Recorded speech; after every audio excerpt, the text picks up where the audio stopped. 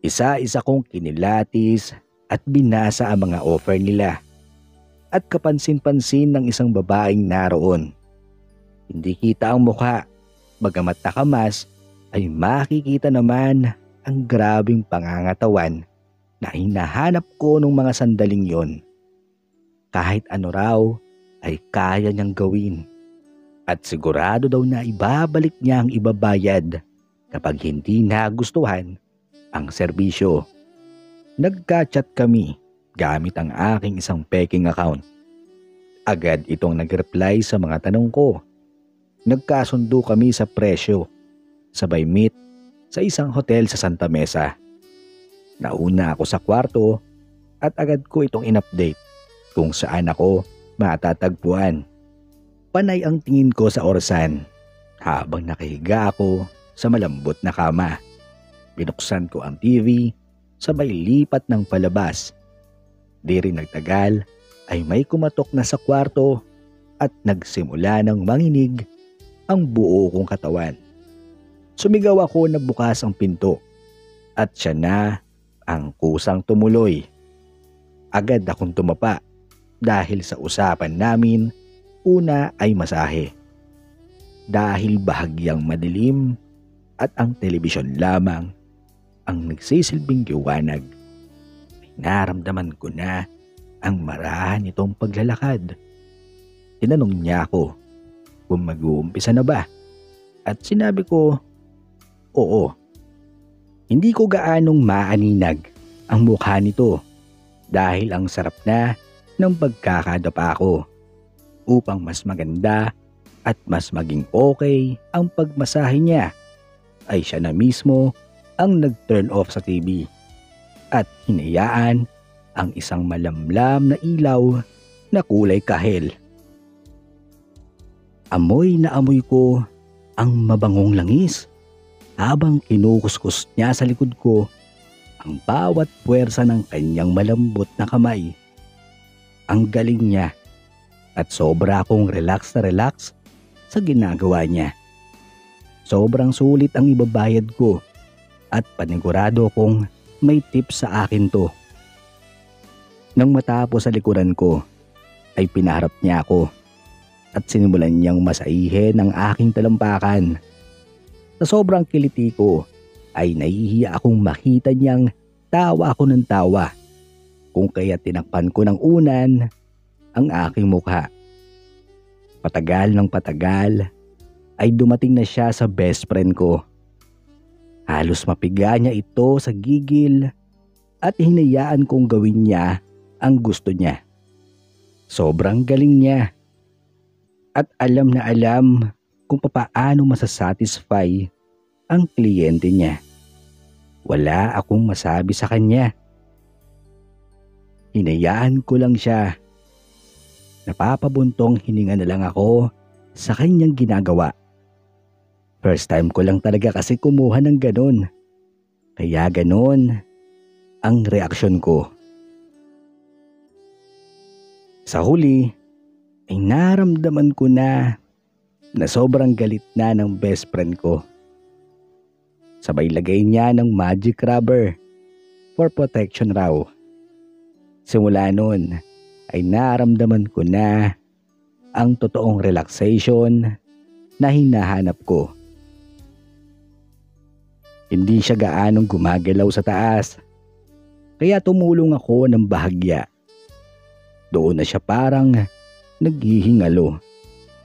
Umaabot ang hangin niya sa mukha ko, kaya pilit kong inaaninag ang mukha niya. Kaso, talagang hindi sapat ang liwanag para makita ko ng maayos ang babaeng nasa ibabaw ko. Wala pa sigurong 10 minutes. Natapos na. Pagod din kasi ako sa trabaho kaya saktuhan lang. Miski naman siya, parang pagod na din. Pangalawa na daw pala niya akong kliyente nung araw na yun. Nung magpaalam siyang makikigamit ng CR, ay saka ako bumangon.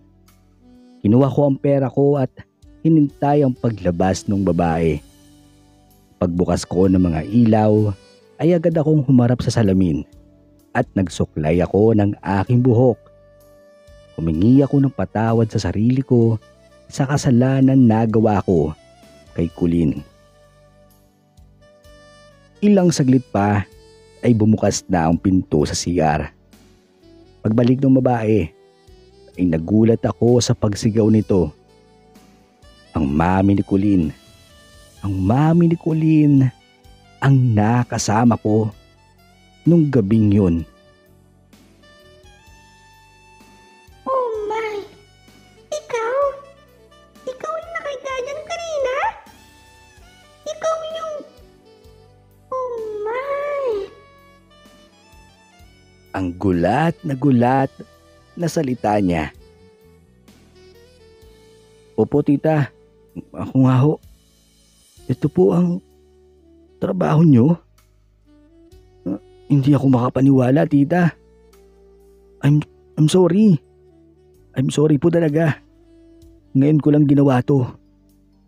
Maniwala ho kayo sa akin. Wala na. Maski ako nagulat. Hindi ako makapaniwala.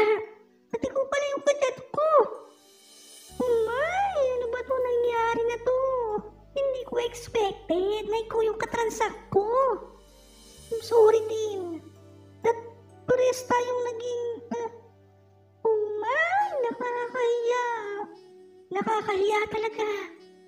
Please, huwag mong sasabihin kay Colleen itong sideline ko. Please. Yun na lang ang pakiusap ko sa'yo. Maaari ba? Opo, makakaasa po kayo. Ako lang ang nakakaalam at wala akong pagsasabihan. Ito po pala ang bayad ko sa inyo. Tumanggi na siyang kunin ang pera. Sabay labas ng kwarto. Dismayado sa nangyari at sa dami-dami kasi ng makakaalam ng sideline niya. Ay ako pa na boyfriend ng anak niya. Pumahabol din siya ng salita. Napayag na siyang bisitahin ko ang anak niya sa bahay nila kung kailan ko man naisin. Mula noon ay nagbago ang lahat. Nagbago ang pakikitungo sa akin ng mami ni Colleen.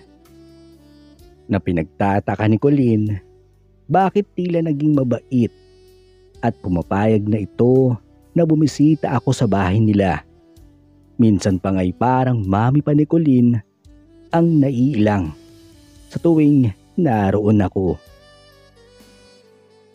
Alam kong mali ang nagawa ko kay Colleen. Bukod kasi sa humanap ako ng iba, ay mas matimbang pa din ang mabunyag ang ginagawa ng kanyang mami na alam kong hindi matatanggap ni Colleen. Oras na malaman niya ang lahat.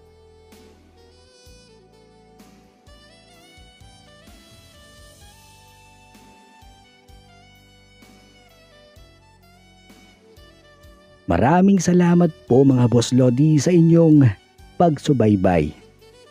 Ingat po kayong lahat.